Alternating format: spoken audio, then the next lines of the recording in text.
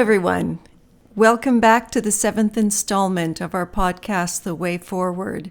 I'm Madeline, your host, and I'm here again today with my co-host, Christian. Christian, it's really good to have you back. It's really great to be back, Madeline. Thank you so much, and really good to be chatting with everybody again. You know what, Madeline, what are we chatting about today?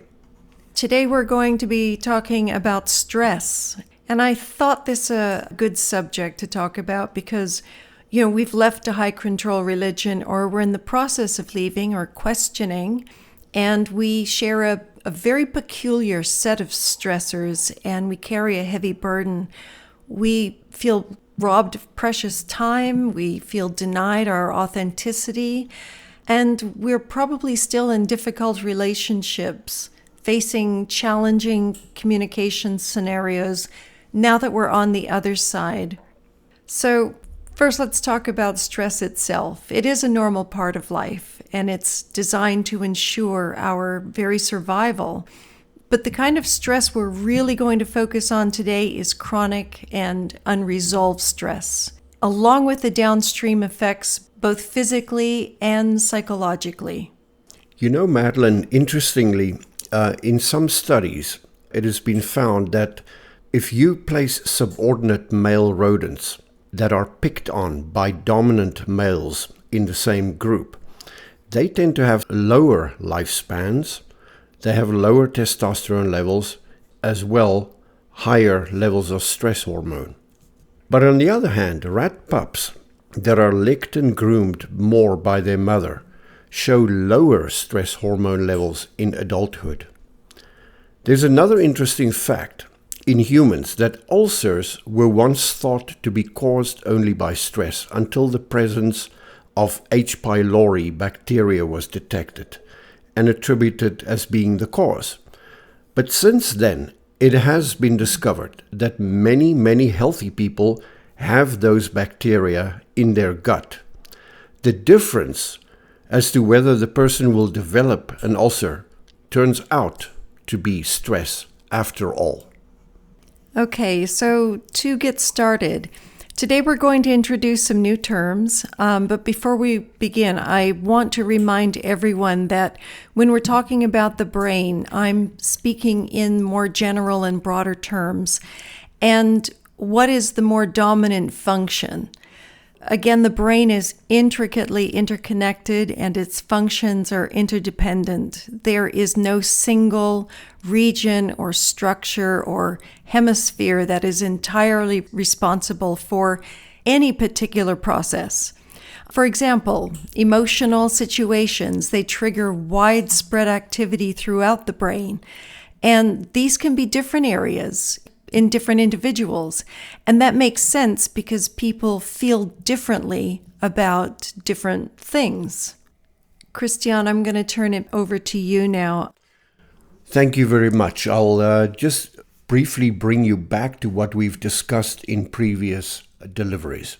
So let's have a quick look at this slide again. I often speak with my clients about the noise inside your own head whenever you face a fearful or a stressful scenario. As you can see in the yellow, these are essentially issues that you have no control over. You face pressure, you become hypervigilant, and your psychological and physiological reaction matches that, increasing the noise ever more. Outside the yellow circle, though, there are the aspects of logic and language, as well as chosen behavior over which you have some agency. And I've developed 2 other visuals to just help you understand the difference between the outcomes of potential situations based on your chosen actions and mindset. So I want to take you through this comparison and contrast between 2 scenarios. You will see in scenario 1 that the agency of the individual is lessened, and there is also a lessened access to higher cognitive function. And in scenario 2, through chosen actions, through chosen mindset, and through self-induced agency, that there is better access to higher cognitive function. Let's have a quick look at this. Scenario 1. You're in a bad spot. You're in a difficult situation, conversation with somebody. Now, if your approach is a passive approach, the kind of approach that says life is going to wash over me and I'm at the mercy of the scenario, what happens is pressure is perceived, your alertness becomes fear-focused, meaning defensive, and your physiological confirmation of stress kicks in. And that then leads to a really noisy internal voice. And that noisy internal voice basically says, I'm going to fail here. They're going to think I'm a fool. I am going to lose this battle. I might not be able to find my words, and so forth. And that noisy internal voice basically then plays a number on your logic and language. You can't find your words. You can't express yourself clearly. You ramble and you rattle off angry words and sentences. Additionally, if you watch people that are under a threat, a perceived threat condition, you will see them taking on a different kind of demeanor, body language. They don't stand as upright. They crouch in a manner of speaking. Sometimes people literally lose the volume in their voice, and they sort of speak in hushed tones and too fast and so forth. Now, I want you to contrast that with this situation that you see in front of you now. Instead of merely perceiving and being reactive, it is possible through some insight into how you work, how your mind and your body works, to start habits of indeed assessing the situational facts of a scenario, choosing an attitude of self-agency, I can do something about this, and inducing a positive biofeedback. Madeline's going to dig into the physiology and the science of this, but right now, at experiential level, all of this leads to an alert but open internal voice. And when you have an alert but open internal voice, the voice that speaks to you, it becomes possible to choose deliberate logic and language, the way we think, the way we speak, the way we pause before we respond, etc., as well as, in a manner of speaking, choosing assertive demeanor in behavior, i.e., stand up straight with your shoulders back, take a deep breath, speak a little bit slower, pause, think, and so forth. So that is where we're going today, and I'm going to hand over to Madeline, and she's going to clarify not only that it works, but how indeed it works. Today we're going to take a closer look at what is going on in the brain and in the body when we're under stress. But first, let's start out with a little basic knowledge about the human nervous system. So on this slide, you'll see that your nervous system is made primarily of your central nervous system, which is the brain and the spinal cord, and then the peripheral nervous system. And this is what interacts with the environment through your 5 senses. It also controls your internal regulation and your internal organs. And this is the part I want to show you today.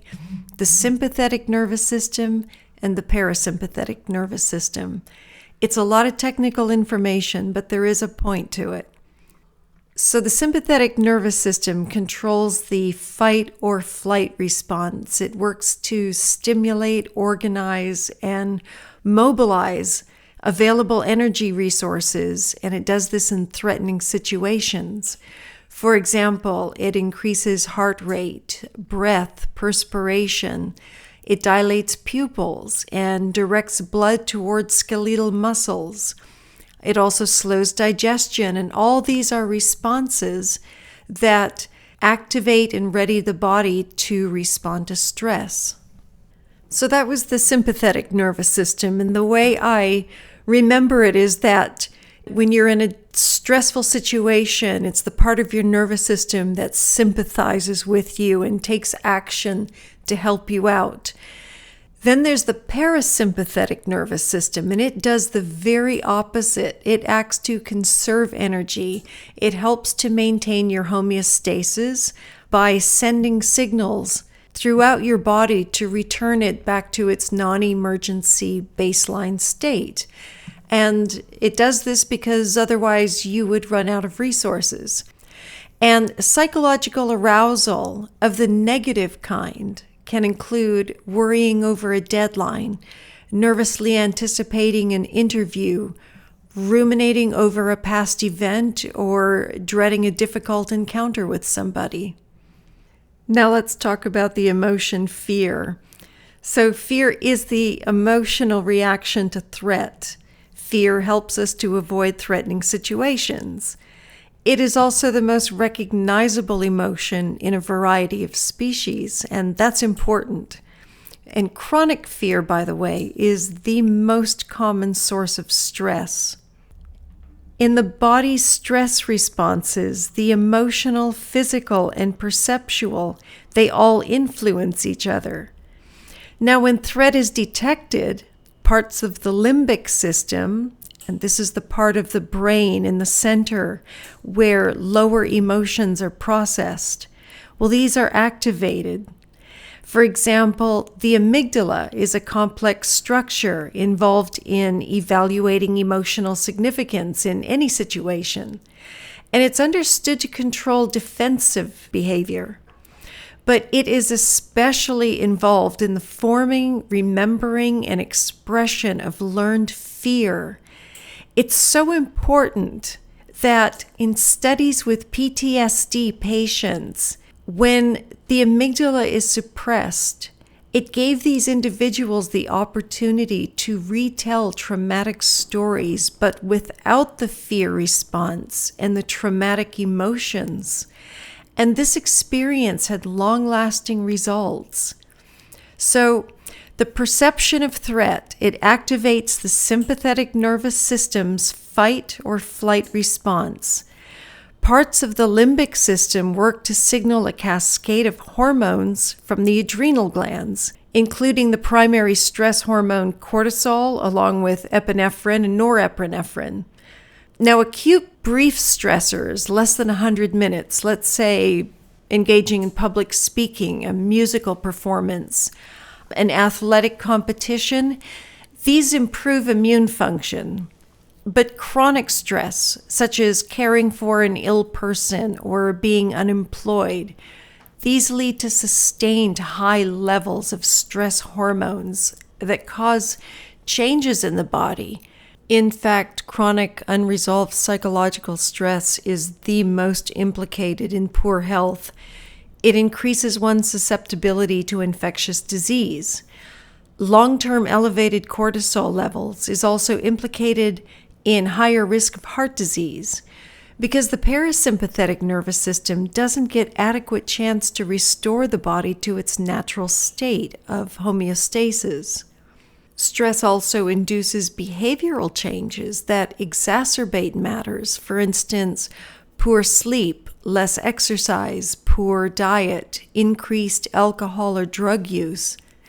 It also affects others. For example, the stress level of mothers affects their children's asthma symptoms, which in turn creates more stress for the mother.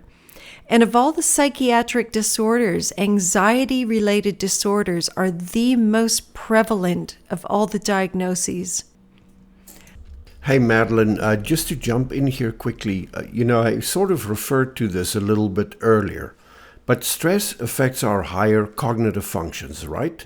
And that involves memory, attention, what you pay attention to, focus, reasoning, and learning new information. So cortisol disrupts the area of the brain that involves the formation and retrieval of memories, right? And stress interferes with the prefrontal cortex, where we use our intelligence to regulate our own thoughts. And I alluded to that as well. You can regulate your thoughts, your emotions, and your action. The prefrontal cortex is extensively connected to other brain regions, and it plays an important part in human emotion. That is probably my favorite topic, how to regulate emotion through chosen action and chosen thinking. And all of this also acts on the amygdala to help suppress fear. We should look at this from a child's perspective too. So early exposure to stress, it increases the individual's ongoing response to future stress, including the release of stress hormones.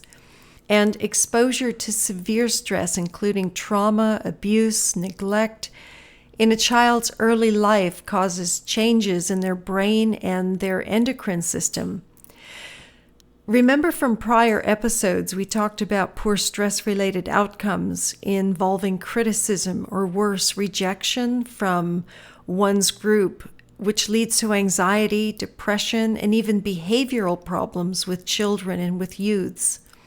And then we have other stressors, feeling powerless in a hierarchical structure where those most vulnerable have little to no voice, and this can lead to learned helplessness rather than developing self-agency, or living with one or more authoritarian parent. There's also a great deal of research showing that exposure to violence and frightening images triggers the stress response and causes negative changes in children's brains and bodies, and it primes the child's mind so that violent expressions are more acceptable. Let's start to summarize this. So going back to the fear, threat, stress response slide. In so many words, each of these components, the perception of threat, the physiological response, and the feeling of fear, these all inform each other. They become reciprocal with each other, which ends up what we call a vicious cycle. Now remember that each organ receives signals from both the sympathetic and the parasympathetic nervous system. And how that organ behaves depends on the overall activity, whether it is receiving more signals to relax or more signals to fight or flight. So what that means is that in every moment, you are participating in a dance between your internal system being in a relaxed state or in a state of stress. So something else of interest is that our brain has what are called mirror neurons, and these are also known as empathy neurons. When we watch violence, for instance, it activates particular regions of our brain associated with violence. Watching another perform an act of kindness can make us feel empathy. So knowing this, looking at this next slide, I want you to think about conversations and other social interactions. You see any of these individuals, and you might assume that they're in a bad mood, they're critical or unapproachable. And what happens here is your sympathetic nervous system responds at unimaginable speed to prepare you to get ready to either act offensively or defensively. And we react to what we think we perceived based off of our expectations of reality. In other words, we've prejudged. And we cause ourselves a great deal of physical and psychological harm when we routinely perceive threat from others and react to that sense of threat. Our stressed state now affects the others' emotional reactions as they pick up on our physiological and psychological signals. Our emotions and body reactions reaffirm that there is threat. And you see how it becomes this ongoing vicious cycle that becomes very difficult to break. Yeah, Madeline, I'm so glad that you addressed this, because we truly can learn to step back from our reactive emotions and access our higher cognitive processes and have a positive effect on our own and others' physiology. We can choose behaviors that help to create, maintain, and restore balance and harmony.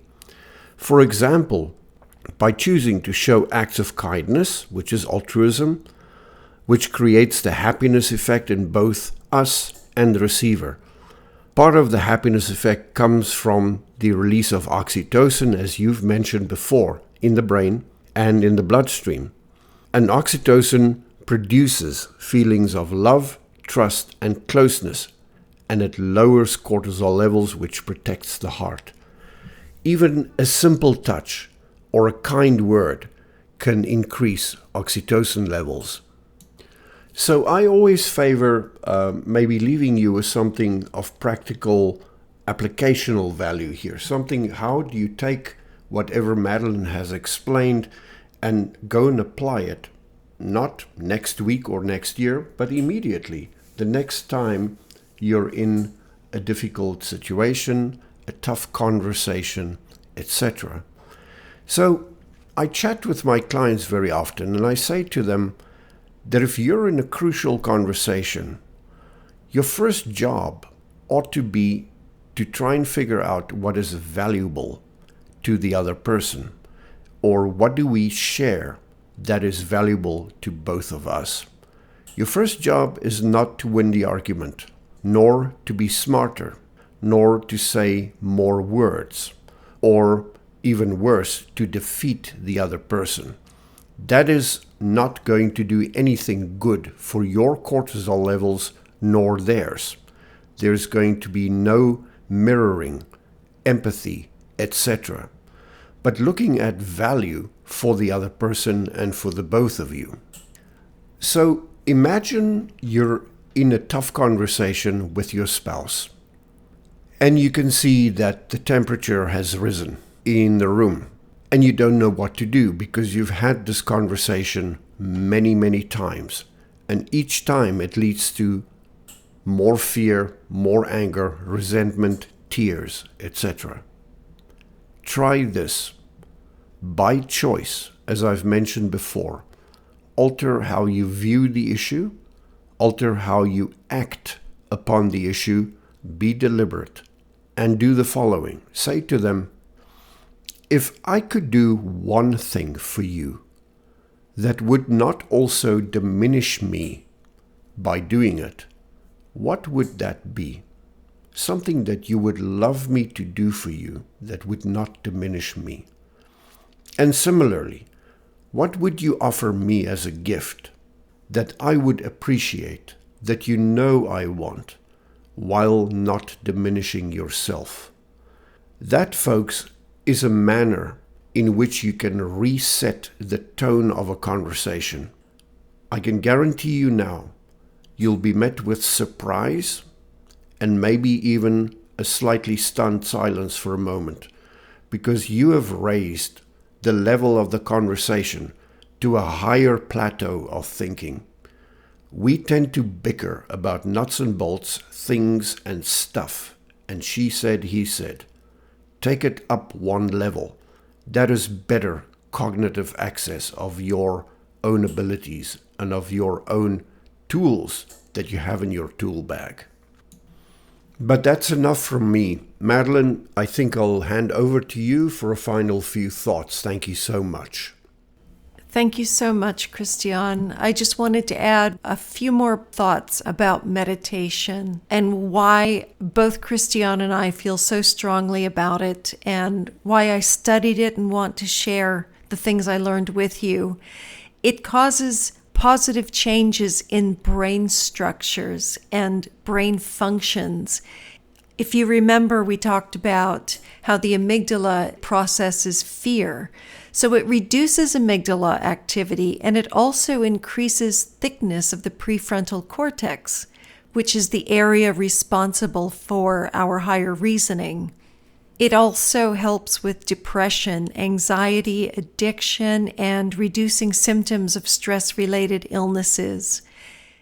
Both yoga and meditation have a positive effect on the immune system, and they both lower sympathetic nervous system response so that the body can return to its natural homeostasis. There's a breathing exercise I'd like to share with you as well. So again, there is a bit of a practical tip that we would like to include here, and that is a simple matter of breathing in a mindful manner over a sustained period of time for, say, 2 to 3 minutes. So how this breathing exercise works is that you take an in-breath on the count of 4 and an elongated count of 8 out-breath, and keep it going. Don't force yourself. Don't put any pressure on yourself. This is not a task. This is indeed your piece of joy. In at 4 and slowly out at 8, and sustain it over a couple of minutes.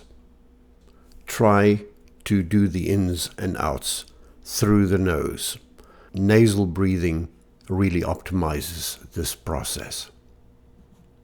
Remember, when you learn to calm yourself, you will feel better and carry yourself in a new way that others take note of. As we've mentioned before, we teach others how to treat us. We are constantly busy with perception management. It all starts with a calm mind. Thank you again for joining us. We look forward to spending time again with you soon. Thank you so much, Madeline. This was fun. We'll see you all in future, and we'll chat again. Goodbye. Have a great day. Take care, everyone. Bye for now.